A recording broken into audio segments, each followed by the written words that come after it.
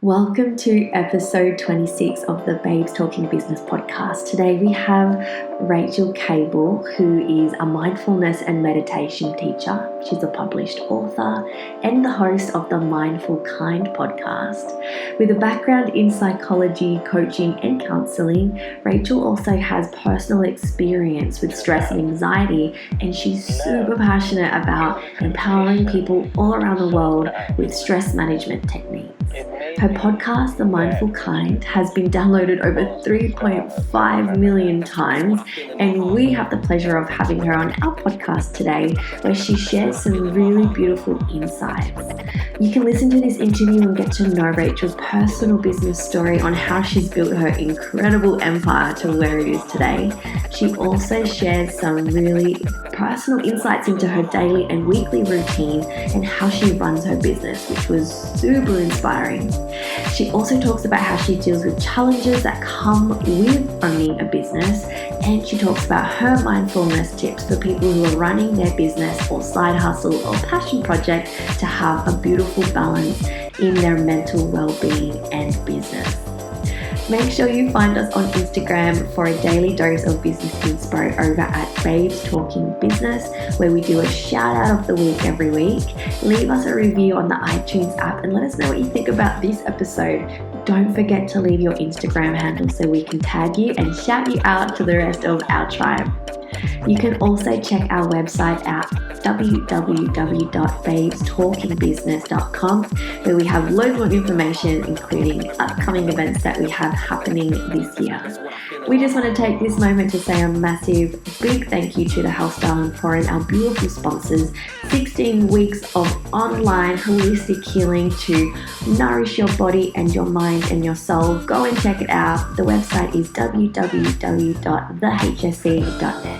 So without further ado, we are so excited to be introducing to you the wonderful Rachael Kable.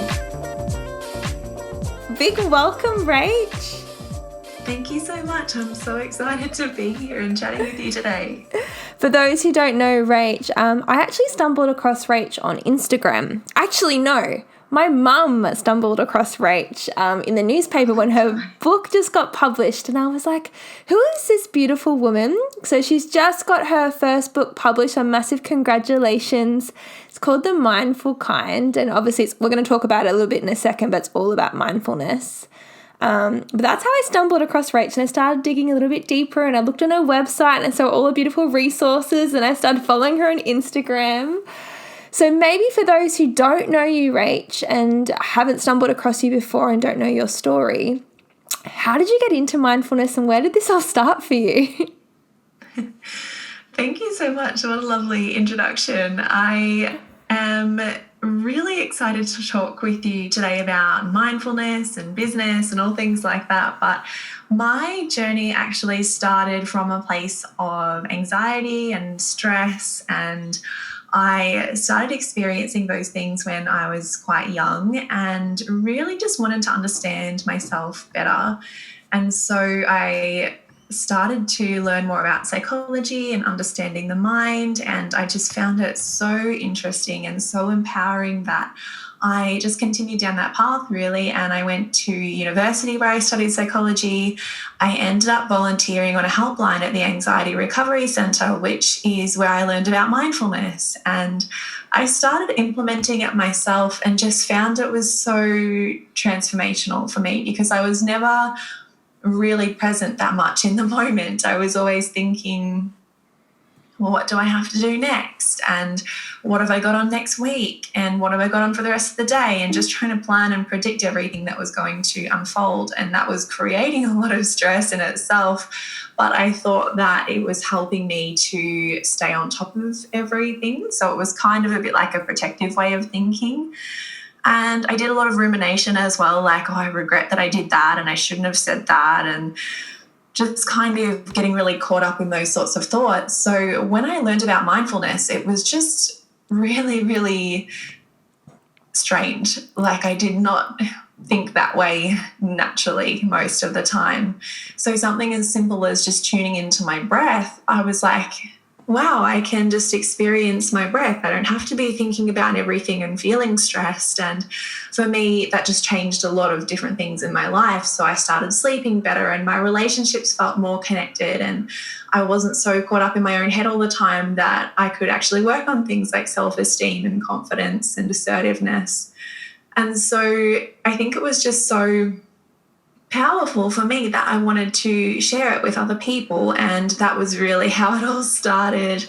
I began writing my blog and pretty much straight away started my podcast, and then that took off, and so more people were asking me about mindfulness, and it just all snowballed really into writing the book and doing all the things that I'm doing now, which are quite varied and creative, which I love. But yeah, it was just kind of a very natural flow of events, I think. And for the people who are maybe listening in and they maybe mindfulness, they've heard the word before, but they're not quite sure what it means. What is mindfulness? So mindfulness is a type of meditation, but it's the kind of attitude where you are present in the moment and you're non-judgmental about what that experience actually is. So, for example, I'm sitting in a room right now. I can look out the window and there's autumn leaves out there. The sky is blue, the leaves are yellow. It's just noticing and being able to observe what actually is happening. Whereas if I was sitting here like, oh, it's rainy, it's too cold, I don't want to go outside, and starting to get caught up in those more judgmental style thoughts, then that isn't so much mindfulness. So that element of non-judgment is really important, and that's something that I think a lot of people tend to overlook. So when I do often hear mindfulness described, people say it's experiencing the present moment and being in the now, but it is a little bit more than that. It is also having that curiosity about the moment and open-mindedness about the moment rather than judging the moment, if that makes sense. Yeah, I love that. And I know you mentioned when you stumbled across it, it was something that you were personally using in your life that you really started to notice a difference in, like your relationships and your health and your just overall experiences, and you were called to share that with others. So tell me a little bit about your business journey. So when you decided to start a blog and to start the podcast, which is, how long ago has that been now? So it's been 3.5 years since I started my website, and the podcast, I think I started maybe a month after I launched everything. So I started with just a basic website, so the about page, contact page, blog page, started the podcast, and then just really loved that. And lots of people started to find it and started to find me. So I started creating more resources like my free members library and meditation albums and ebooks and different things like that. So I was always just looking for new things to create so that I could share the things that I was learning about during my own personal journey, but also from my background in psychology, and looking for new ways that I could share that with people. And then I think social media opens up so many opportunities to do that as well. So yeah, making sure that I'm trying to show up on those platforms and share things that are helpful and engage with people and meet new people. And yeah, I don't know, I think it's just amazing how many opportunities we have to connect now with people all over the world. It's just, yeah, really amazing. And when you started your blog and your podcast, did you kind of envision it, like, did you have a vision for it to take off and be a business, or was it always just going to be like a little side passion project, or did you really see it being what it is today? No, I always pictured something very different. I always knew that I wanted to use those platforms as some kind of a career or a business, but I really pictured myself doing one-on-one coaching. So at first I thought I would be in an office, kind of a bit like what a psychologist would be like, have an office, have one-on-one clients come in and see you, and you do a session and they leave. And I guess it's more a traditional way of doing things. And then when I started to learn about blogging, I just discovered this completely new world. I had no idea about all the things that we could do. And so I signed up for a blogging course, and through that I met people who were doing amazing things and things that I would really love to do. So I think it was just watching other people and learning from them and finding out what worked for me. And I've done so many different things since the start, I think just because I wanted to experiment and find out what I liked. So I did workshops in person, and wrote all these ebooks and created my website so that people could come over and just explore it, and wanted to create like a real mindfulness kind of hub where people could go and learn about it. And yeah, I don't know. I think that even now I'm still figuring things out, and I don't really know 100% what I want to keep doing. There's elements of different things that I like, but yeah, just learning every day, I feel like. Yeah, for sure. And how did it slowly build up? Like did you start your podcast when you were still at uni, or did you wait until after uni you were in the workforce? So what did that natural progression kind of look like for you? So I finished uni, and then it's kind of a funny story. I finished uni and I was like, okay, cool. I need to do a website. That's the first thing that I need to do so that clients or potential clients can find me. And I started Googling how to build a website, and I found these website developers in Melbourne, and I went along to a meeting and they quoted me $30,000 or something like that to build a website. And I was like, oh my gosh, I need to go and get a job so I can, like a full-time job, so I can save up enough money to invest in this website and get a website made. And it was actually while I was working at my job that I discovered blogging and this blogging course. And so that was how I started to realize that actually I could build a website myself. And yeah, that I could do things kind of a bit more DIY. I didn't need to hire a website developer and spend all this money. And yeah, so it's kind of funny how that happened actually. And you know what? I really love that you spoke then about like getting a job to actually invest into your business. Because I know a lot of people who are listening in, they come from lots of different backgrounds. A lot of them are health professionals or health coaches or life coaches. And some of them, I don't know, a lot of girls that I know I coach one-on-one in business, they have this thing like they just expect their business is going to take off. They're not going to have to invest any money into it. And they get frustrated when 12 months goes and they're not making this income they wanted to create, not realizing that sometimes it does take a little bit of time and sometimes it does take a little bit of investment as well. So what are some things that you've kind of had to invest in along the way to build your business? There are quite a few things that are ongoing costs in my business. So, for example, my website, I think it's about $250 a year to run that. We use a lot of Adobe, like Illustrator and Lightroom and things like that. So that's like $800 a year. And then there's all the monthly expenses that go towards hosting my podcast and just little things like having the little link tree thing. So it's like $6, but when you've got one of those things and then two of those things and then three of those things, they start to kind of add up. And having an email list as well. So I use ConvertKit. I did start off with MailChimp, which was free, but once I reached that threshold of having to pay for it, I did a lot of research into which one was going to be better, and I thought ConvertKit looked really good. So that's what I use now, and I think that's about $110 a month. So I think the more that your business grows as well, the more that you have to start investing back into it. But there have been lots of different things which have popped up along the way, which I think is why it was important for me to be working as well. So even when I went full-time into my business and I had the exact same thing happen where I was like, oh, it's going to take off. You know, it's so easy for these other people to have an online course and thousands of people. And I was like, okay, cool, I can do this. And then it didn't happen like that. It was really slow because I had no community. I had no idea how to use social media. I didn't have any products. I had no idea what I was doing, and I didn't really have that much support. So I started to just build up those things slowly. And then about a year later, I went back to my old job part-time so that I could invest more into growing things and stop worrying so much about bills and being stressed and doing things in my business that I didn't really want to do just because I needed to earn a certain amount of money. And actually that gave me so much more freedom because all of a sudden I wasn't worrying about what I was earning from my business, and I could really just follow where my passions were lying and what I actually enjoyed doing, and I didn't have to worry about paying the bills. So it was actually a really, really good move to do that. Yeah. And then once I got towards the end of writing my book and the deadline was coming up, I was like, I can't balance everything. It's just too much. And so I went back full-time into my business at that stage. And then I think I did that.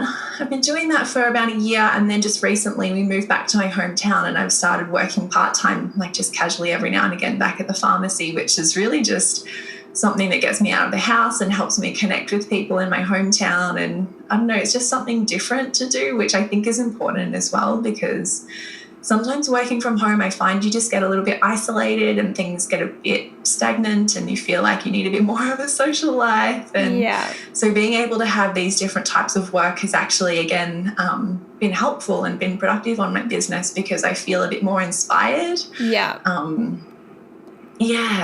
I feel you. It's funny. I'm like, that's exactly, I think, how I've learned that from working from home, what I need is I actually need to do a big trip like every 3 months to get out and connect and travel. And I come back feeling so inspired and ignited to work back on my goals again. But some people forget, like when you're a one-man band and you're doing it all from home, it can get lonely and you miss that, like getting outside and connecting with colleagues or connecting with different people. So I feel you.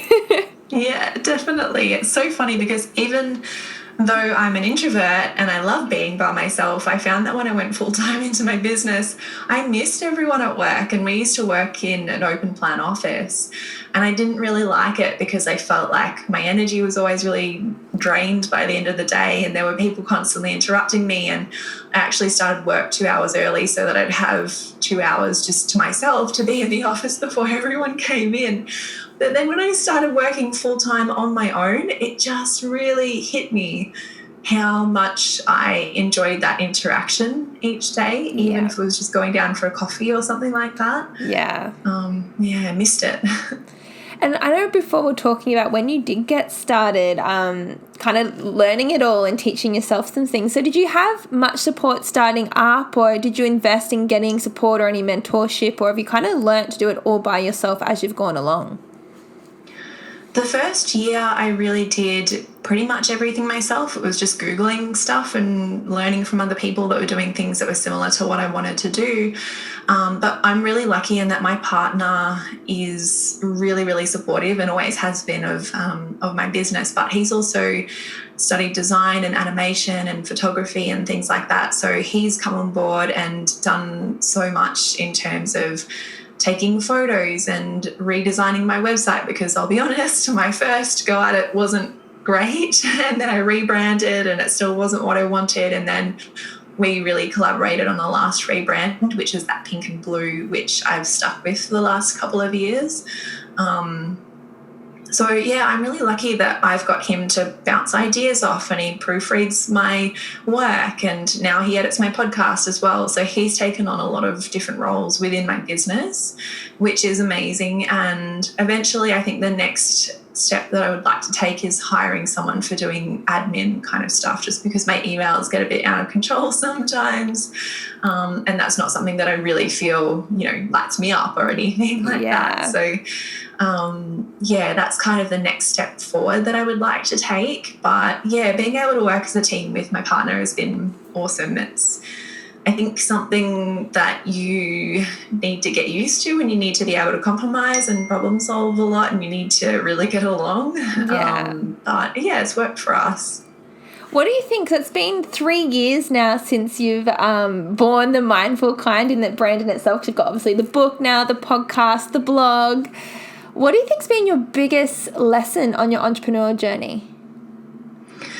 I think the biggest lesson for me is really just letting go of being a perfectionist, because I think I've just always really wanted to do everything perfectly, and I don't really like getting criticism or negative feedback. And so I felt really limited by not wanting to make a single mistake, or not wanting to get a single negative comment ever, or get any kind of negative feedback. And I think, it's kind of scary, because when I started my podcast, I didn't think it was going to do all that well. Like, I thought it would be a great way to connect with people, but I didn't imagine it taking off the way that it did. And it kind of scares me, because I think that if I'd known what would have happened, I probably wouldn't have done it, because the idea that thousands of people have listened to my first episode where, I spent like 6 hours trying to record it, ended up in tears, thought that I couldn't do it, didn't really want to do it, and then finally was just like, you know what, I'm just going to record it, get it done, get it over and done with, put it out there.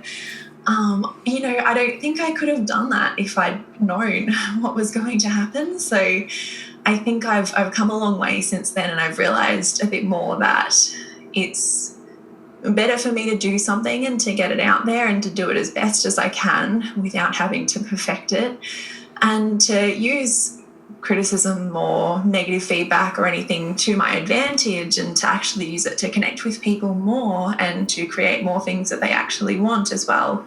So yeah, I don't know, I think that's probably the biggest thing, is just not trying so hard to be perfect. Yeah. I know you mentioned there slightly as well, talking about like negative feedback and criticism. And have you had much of that since starting your journey? Because I know a lot of girls that I work with specifically, like one thing that stops them from starting their own business or even continuing with it is when they get their first bit of negative feedback, or somebody who might be not as positive or supportive, it knocks them off. Then they put other people's opinions, they hold it of more importance than their own dreams and their goals and their visions. So did you have support starting out? Have you had much negative feedback or any haters or neg ferrets that we like to call them online?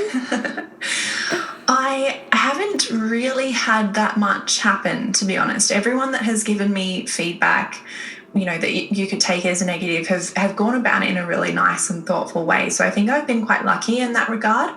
But at the same time, I don't want to think that that's the way it's always going to be, because I think the bigger that you get, it's just going to happen.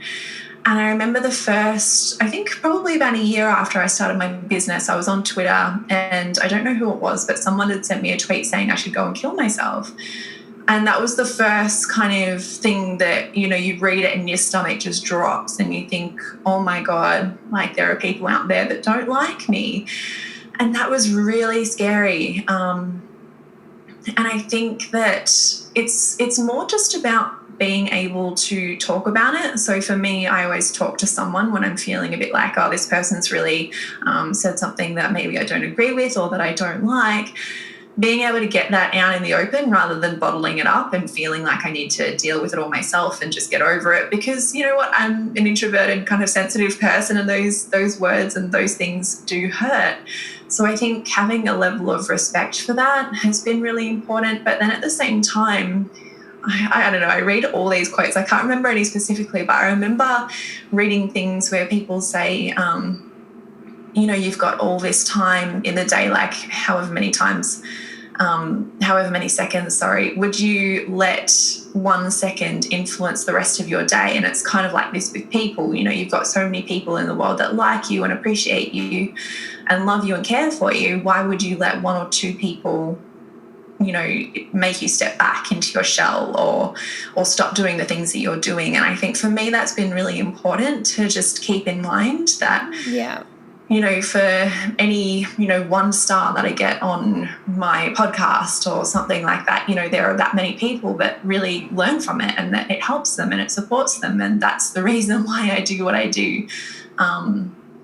And I also recently read this book called Troll Hunting by Ginger Gorman, and she really wrote about all the different types of trolls that are out there, and it just opened my eyes up so much to the kinds of people that do those sorts of things, and that it's not a personal thing. Like, it's not something that I need to change or that is wrong with me. It's just the way that things are, and there's nothing I can do about that and change that. So I think just being able to accept it and move forward, and just take care of myself as well along the way. Yeah. And I think, would you agree, from even like learning in your psych degree, usually it's hurt people that hurt people. Like, it's the people that say the nasty things that actually, they're going through their own stuff. So it's just a reflection of them. It's not a reflection of you or how you want to show up in the world or the big heart that you have. So learning not to take that on board has definitely been something I think I've learned in my business journey as well.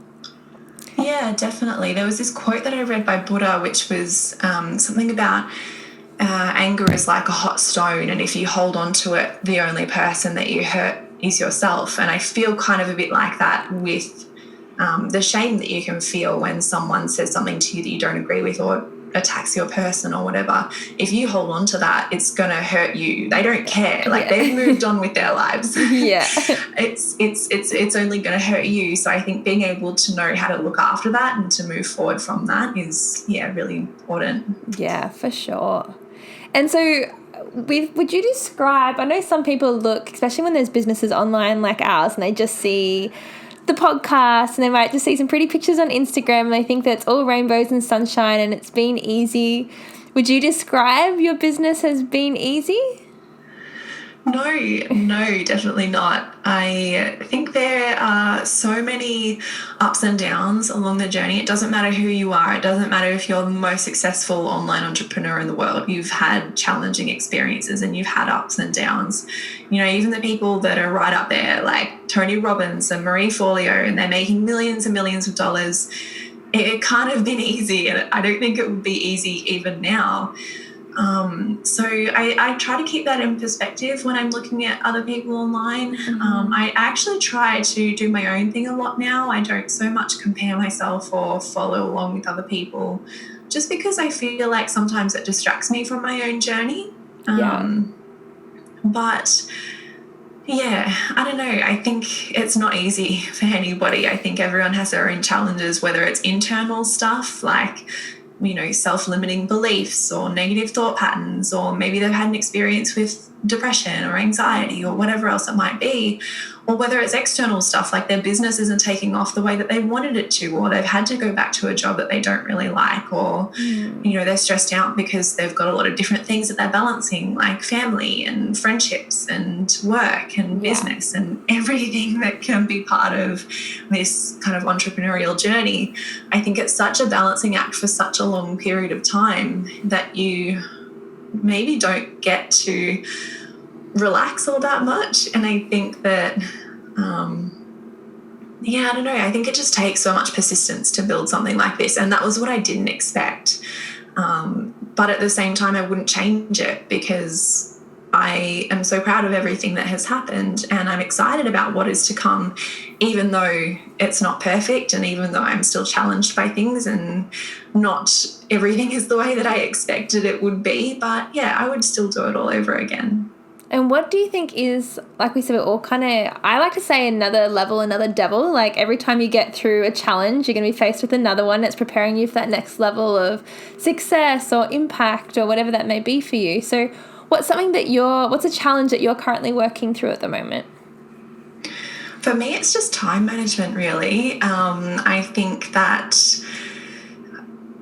sometimes it's just really hard to make the time for everything and to prioritize the things when everything feels important and everything feels like it needs to be a priority. Like, I don't like even leaving my emails for more than 2 days, but sometimes I just don't have the time to be able to answer all of those things, especially because my partner and I are renovating at the moment. So we've just gone through a big move and starting work, both him and I. I think it's been really difficult to kind of balance everything out, and especially it's hard because I'm so passionate and excited about my business all the time that that's just something I always want to be prioritizing, and so other things kind of slip, like chores, just general life upkeep, and my social life. So I think I just need to keep being mindful of that, and keep practicing and trying new things and using different things that help me be productive during my business time. That's kind of what I'm working on at the moment. I love that. And with business at the moment, then, do you have what does an average day in your business look like? Like, do you have a structure, or do you how does that work for you? So before we moved, I had a really good structure. Like literally every day I had a little spreadsheet of, from 9 till 10 I do this, from 10 till 12 I do that. And it was really, really helpful, and I really enjoyed that. But since we moved, because my life has been so much more unpredictable, I haven't really been able to stick to that kind of schedule, and that's been quite frustrating. So I think I kind of just need to rework that whole thing and find a new structure that's going to work a bit better for me. So at the moment, I'm pretty much just relying on to-do lists, and I've been using this new app called Minimal List, which basically you can just put all different to-do lists in there, and then you can start working on a task and it'll time it out for you. So if I wanted to write an article for 2 hours, then I would give myself that 2-hour timer. The timer goes off after 2 hours, and that's really helpful because I do often lose track of time. Yeah. Yeah. And so what is your day like? What kind of activities are you doing throughout the day? Because I know a lot of your products are products, like they're actually like it's content creation. It's like beautiful little ebooks, or it's like meditations, or it's a podcast episode. So is most of your day spread out spread out in content creation, or what are some other things that come into play for your business? Yeah, so the main things that I focus on doing every week, I like to start off my day not doing business stuff. I like to go for a walk with my dogs and have my breakfast and have a coffee and just kind of settle in a little bit, do a meditation or something outside. So that's the way that I like to start my day. And then usually I'll check my emails and answer anything that's really urgent. I'll put a little star next to the ones that I want to come back to. I try to write an article once per week.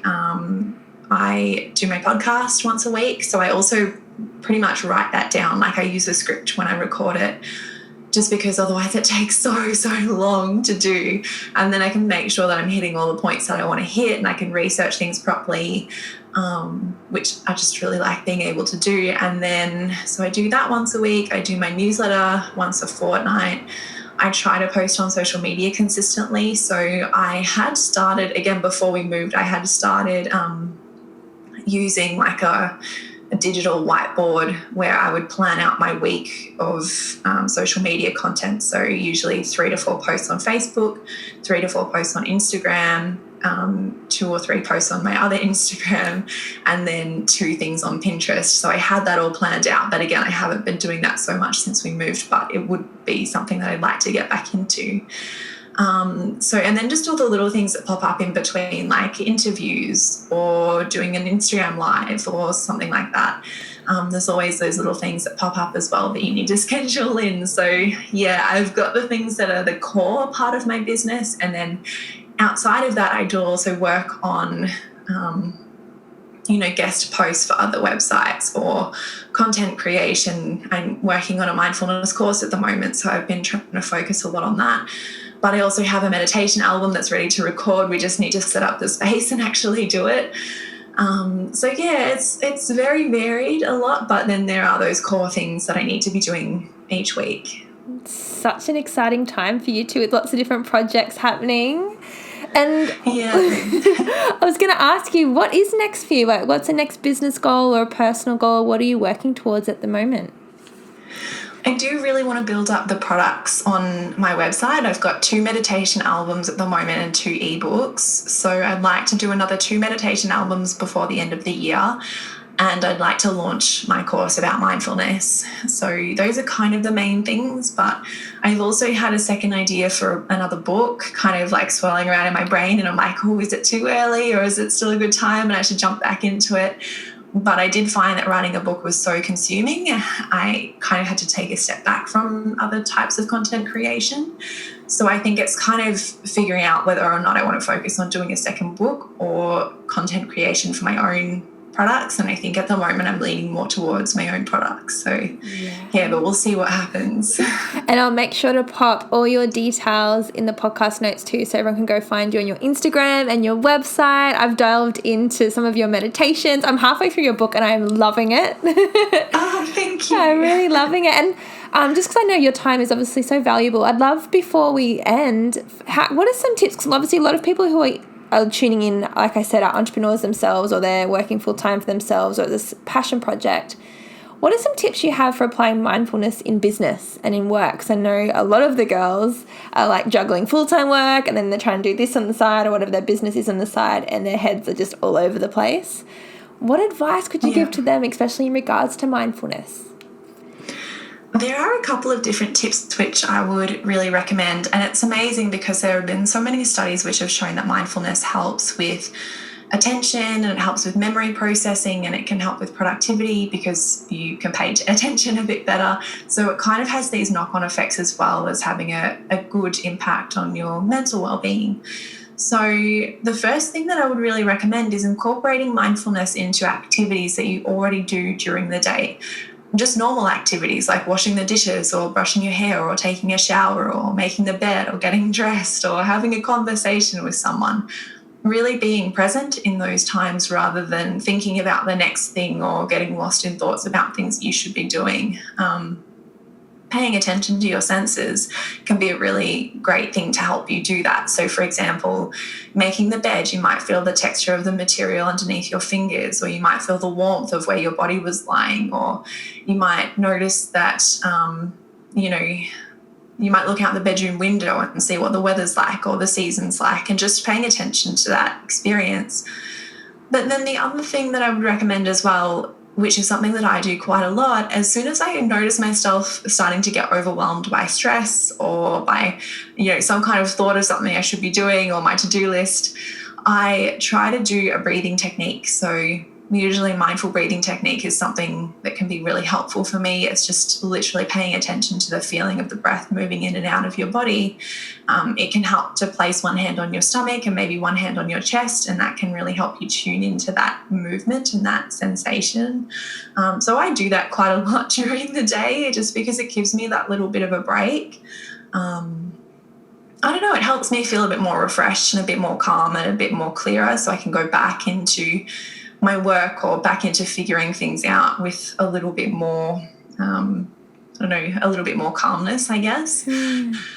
And then the other thing too that I'd recommend is taking mindful breaks during the day. So for example, I used to do a lot of writing where I would write and then check my phone and scroll on Instagram or something, and it just didn't really feel like it was helping me in terms of my inspiration or creativity or productivity or anything. So now I really try to make sure that I take more of those mindful breaks. So I'll set my timer for an hour and write my article or whatever. And then I'll take a 10-minute break where either I just lie on the couch and feel my breath moving in and out, or I'll go out, sit outside and play with my dogs and, have that moment of connection with them. Have a cup of tea where I can really sit down and just focus on the flavour and the feeling of the warm cup in my hands and the aroma of it. Just finding little ways to incorporate mindfulness into your day so it doesn't feel too overwhelming and like another chore on your to-do list. I think that is a really helpful way to go about it if you're quite busy, especially. Yeah, I love that. And guys, if you want more tips, head over to Rachael's podcast, The Mindful Kind. She's got an amazing book that I'm loving. So I'm learning about mindfulness in relationships at the moment and being assertive. So I learned a little about, I was listening to a chapter this morning because I cheat. I do Audible. So I can get through so many books. And Rachael, I can hear Rachel's beautiful voice in the morning. So I was on my morning walk at the beach. And journaling was something I really enjoyed learning about, because for me, journaling hasn't been something I'm really into. Like, as much as I love writing, for some reason, journaling just feels forced. But I was really enjoying learning all the different strategies that you suggested on how you could journal and finding a way that works for you. So many good golden tips in there, babe. Thank you. So a massive thank you, beautiful, for jumping on and sharing your love and light with our girls and guys. And there's a lot of you guys who are listening to the podcast as well. And just know that we really, really appreciate you. And thank you for doing you. And I can't wait for everyone else to read your book as well and hear their biggest takeaways. Thank you so much for having me. It was so much fun. We hope you loved today's episode of the Babes Talking Business podcast. We're loving bringing you these episodes. Our mission really is to share and add value to your week, whether you're a budding entrepreneur or you're a veteran and you've been owning your own business for quite some time. Don't forget, if you're loving our podcast, we would absolutely love and appreciate for you to rate us and drop in some love on the iTunes app by giving us some feedback. We want to do something really exciting, and we want to do a shout out of the week every week on our Instagram for anyone who reviews us. So please make sure you leave us 5 sparkly stars and you give us your feedback, but don't forget to add your Instagram handle or website so that we can shout you out. You can follow us on Instagram at Babes Talking Business, or you can check out our website at www.babestalkingbusiness.com. You can check out the Health Style Emporium online holistic health program, our beautiful sponsors over at www.thehsc.net. All of these links are available below in our podcast notes and on our website. Thanks for tuning in.